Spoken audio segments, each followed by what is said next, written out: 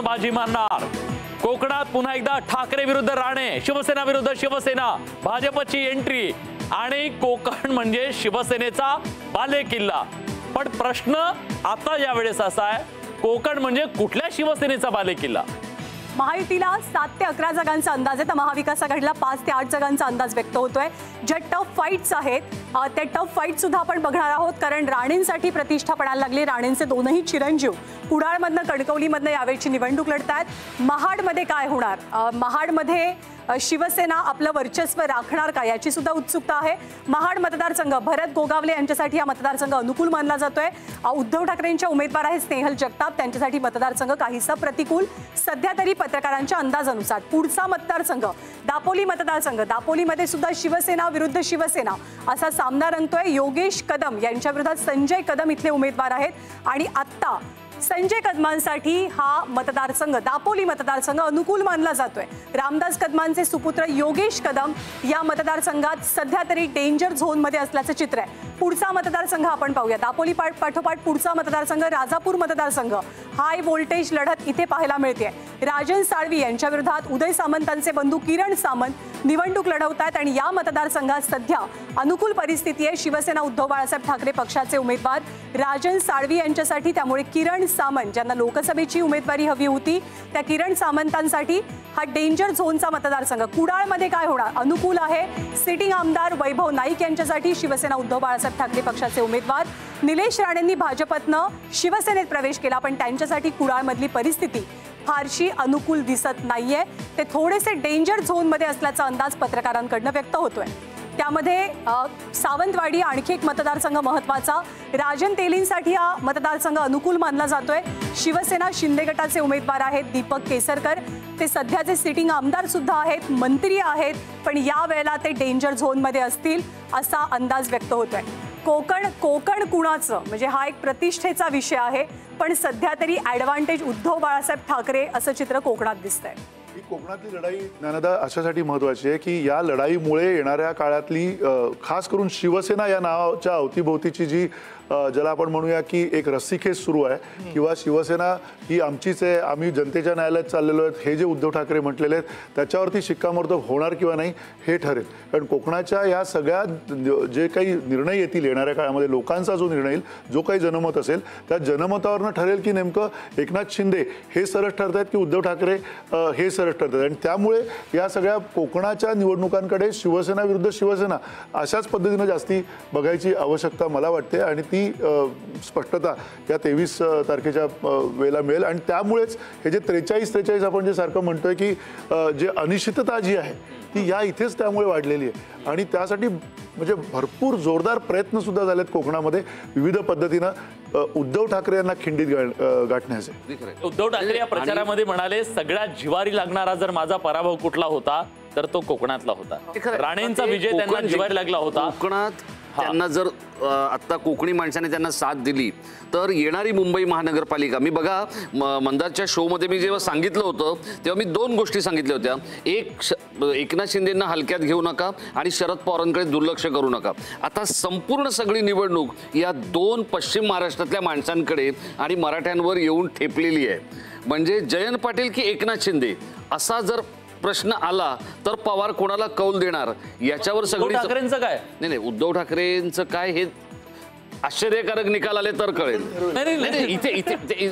तुम्ही तर असं प्रेडिक्ट करताय की एकनाथ शिंदे तिकडे गेले आणि उद्धव ठाकरे काय म्हणतील? मग उद्धव ठाकरेंच्या बाबतीत एक म्हणता येईल कोकणाच्या बाबतीत की कोकण कोकण जर उद्धव ठाकरेंना कोकणी माणसाने उद्धव ठाकरेंना साथ दिली तर मुंबई महानगरपालिका कोणी किती डोकेफोड करू दे उद्धव ठाकरे जिंकणार। मी या गोष्टीची पूर्णतः सहमत। याचं कारण असं आहे की तुम्ही समीकरणाबद्दल मला बोललात, समीकरणाबद्दल तुम्ही म्हणत होतात शरद पवार, एकनाथ शिंदे आणि त्याच्यानंतर काँग्रेस असं समीकरणाबद्दल बोलताय। हां, मुख्यमंत्री पदाचा जो काही चेहरा किंवा त्यासाठीचं पवारांचं जे काही आहे आपण हां, कारण जयंत पाटलांच्या नावाची घोषणा त्यांनी केली होती की बाबा यांना राज्याचं नेतृत्व दिलं तर द्यावं असं मला वाटतंय।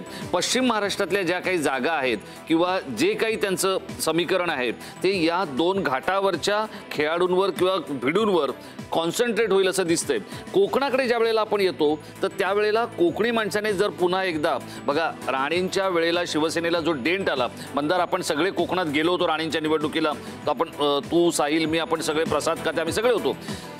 तेव्हा जो शिवसेनेला धक्का बसला त्याच्यापेक्षा भयंकर धक्का हा एकनाथ शिंदेंनी दिलेला आहे. आणि या धक्क्यातून जर कोकणी माणसाने शिवसेनेला सावरलं तर मुंबई महानगर ऑफकोर्स ठाकरेंच्या शिवसेनेला. बट हा म्हणजे ते ना आता ते क्लिअर करणं सुद्धा गरजेचं आहे. म्हणजे पण यंदा प्रचारात देखील तुम्ही बघितलं ना तर उद्धव ठाकरे हे भावनिक आवाहन करताना दिसते प्रत्येक भाषणामध्ये. संदीपचं मला म्हणणं खरं ऐकायचं आहे, कारण शिवसेना इतक्या जवळून सगळी पाहिलेली आहे. काय वाटतं कोकणातल्या या सगळ्या वातावरणात? सगळे नेते कोकणातले प्रामुख्याने हे शिंदे गटाकडे गेले, त्याच्यापूर्वी नारायण राणे गेले. आज कोकणामध्ये तुम्ही बघितलं तर राणेंचं एक नाही म्हटलं तरी वर्चस्व आहे. ह्या सगळ्या पार्श्वभूमीवरती उद्धव ठाकरेंसाठी अस्तित्वाची लढाई ठरणार आहे. आणि त्या लढाईच्या पार्श्वभूमीवरती कोकणी जनता कशी साथ देते हे बघणं गरजेचं आहे. आता कोकणातल्या माणसांचं थोडं एक वैशिष्ट्य दिसतं. एकाच घरातल्या दोघा भावांना नाही निवडून देणार होती, एकाला आपटणार. जो कोकणी लोकांचा स्वभाव आहे त्याचा विचार करताना मग ते राणे असतील किंवा सामंत असतील, एका भावाला ते आपटणार एवढं नक्की. आणि त्याचा ॲडव्हान्टेज उद्धव ठाकरेला मिळणार हेही नक्की. राजन साळवीच्या बाबतीत म्हणाल तर राजन साळवी येण्याची शक्यता आहेच. इथे तुमच्या इकडे ते अनुकूल दाखवलेलं आहे. पण यावेळेला कोकणातली जनता, म्हणजे आता हे जे हलक्यात घेऊ नका म्हणतात तसं कोकणातली जनता सांगणार आहे की आम्हाला हलक्यात घेऊ नका. पैशाचा किती पाऊस पडा, आणि जो पाऊस पडतोय तोही सगळ्यांना माहिती आहे. तिथे जे काही लक्ष्मी दर्शन चाललंय, लक्ष्मी दर्शन तो उभ्या महाराष्ट्रात चालू आहे, गल्लीबोळात चालू आहे. म्हणजे सगळ्यात महत्त्वाचा भाग बघा, या निवडणुकीमध्ये 700 कोटीपेक्षा जास्त रक्कम पकडली गेली. 700 कोटीपेक्षा जास्त रक्कम पकडली, ऑन रेकॉर्ड पकडली. ते सांगतोय म्हणजे न पकडली गेलेली रक्कम. लक्ष्मी दर्शन ज्या पद्धतीने घडवलं जातंय ती त्याला कोकणी जनता काय उत्तर देते हे मला बघायचं. कोकणात त्यांनी आवाहनही केलेलं आहे की यावर तुम्ही पैसे घ्या पण मत विचार करून. अगदी खरंय. आणि गंमत सांगतो की पण या संदर्भात इतकं सोपं नाही, बिलकुल सोपं नाही. आता दाखवत आहे केसरकरांसाठी प्रतिकूल आहे. म्हणजे त्यांचा जो तिथं बंडखोर आहे त्यांना गणित बिघडवतोय तो. नाही, हे बघा, विशाल परब जो आहे, हा विशाल परब हे कोणी लावलेलं रोपटंय हे शेवटपर्यंत त्या बगीच्याला कळलेलं आपल्याकडे पत्रकार आहेत ज्यांनी हा अंदाज वर्तवलाय ना, ज्यांनी हा अंदाज वर्तवलाय ते पत्रकार आपल्या सोबत जोडले गेलेले आहेत. दिनेश केळुसकर आहेत आपल्या सोबत. हो, दिनेश केळुसकर आहे, सतीश कदम आहेत, मनोज मुळे सुद्धा आहेत. दिनेश केळुसकर, सगळ्यात आधी तुमच्याकडे, कोकण कुणाला साथ दे? ठाकरेंसोबत कोकण राहिलाय. भाजपनं लोकसभेच्या निमित्तानं चंचू प्रवेशाचा प्रयत्न सुद्धा केला. भाजपची ताकद शिंदेच्या किती कामी येईल? काय चित्र असेल कोकणातलं? पहिली एक ब्रेकिंग न्यूज तुम्हाला देतोय आत्ताच्या घडीची की निवडणूक ही जी आहे ही कुठलाही राडा न होता पार पडलेली आहे. ही विधानसभेची आपण टाकून चालू आहे आणि अभिनंदन कोकणवासियांचं त्याच्यासाठी.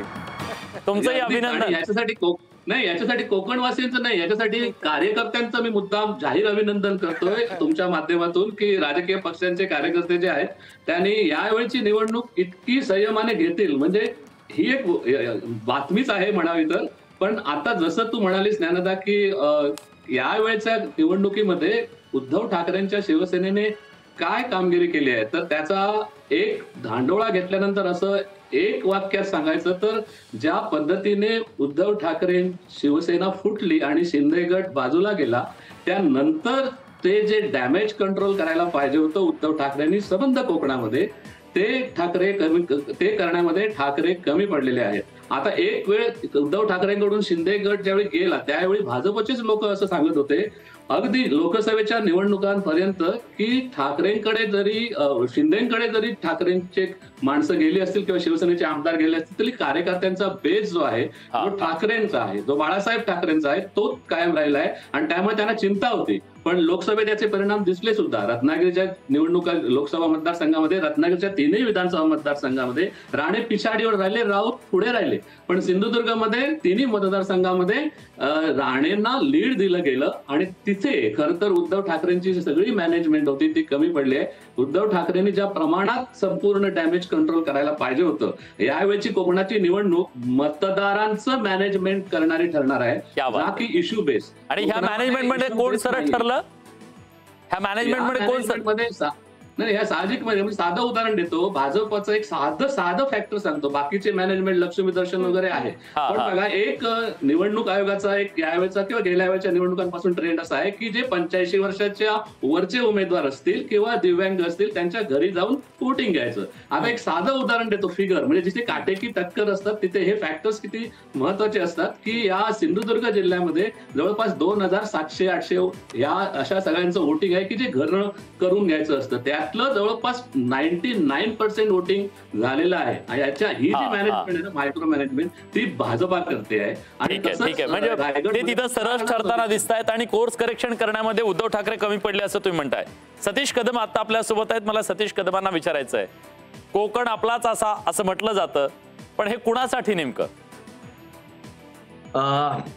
कोकण हे शिवसेनेचा बालेकिल्ला होता, परंतु आता 2 स्प्लिट झाले, त्याच्यामध्ये स्प्लिटिंग झाल्या. आणि त्याच्यानंतर असं लक्षात आलंय की तुम्ही पाहिलं तर रायगड, रत्नागिरी आणि सिंधुदुर्ग बघितला आपण तर 8 जागांविरुद्ध 8 जागा शिवसेना आमने सामने आहेत, उभाटा गट आणि शिंदे गट, बरोबर आहे.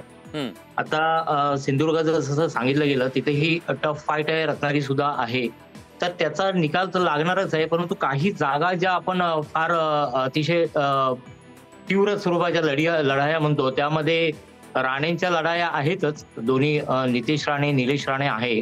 याशिवाय रत्नागिरीमधली जी जागा आहे, उदय सामंत आणि बाळ माने, तसेच सुरेंद्र माने जे आता शिवसेनेमध्ये गेलेत भाजप सोडून, ही पण लढाई फार टफ आहे. आणि परत खेडची लढाई पण तेवढीच टफ सांगितली जाते, ज्याच्यामध्ये संजय कदम आणि रामदास कदम यांचे सुपुत्र आहेत, त्यांच्या मध्ये ही लढाई होते. गुहागरमध्ये सुद्धा ही लढाई आता टफ होती आहे. भास्कर जाधव यांच्या विरुद्ध राजेश बिंडल, जे राजेश बिंडल हे पूर्वी काँग्रेसमध्ये होते किंवा ते कुणबी समाजाचे नेतृत्व करत होते, परंतु अलीकडेच त्यांनी 15 दिवसापूर्वी शिंदेनी त्यांचा प्रवेश करून घेतला आणि त्यांना तिथे उमेदवारी दिली शिवसेनेने. कोणती शिवसेना वरचढ असेल असा तुमचा अंदाज आहे कोकणामध्ये?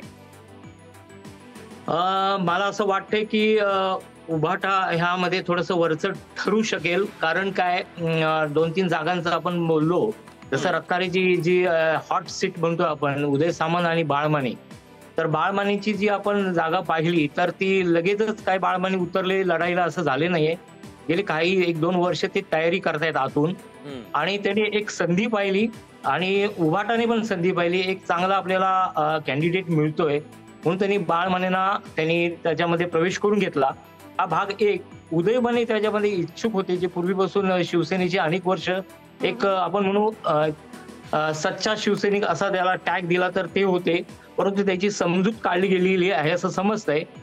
बाळमानेंना कदाचित शक्यता अशी आहे की त्यांचे स्वतःचा पूर्वीचा जो भाजपचा केडर मधले काही आहे ती मदत करण्याची आतून शक्यता वर्तवली जाते. आणि उभाटाचे बऱ्यापैकी संख्याबळ तिथे रत्नागिरीमध्ये आहे. त्यामुळे तुम्हाला असं वाटतंय उभाटाला तिथं एज आहे? मनोज मुळे आता आपल्या सोबत आहेत. मनोजी, तुमचा काय अंदाज आहे कोकणाबद्दलचा?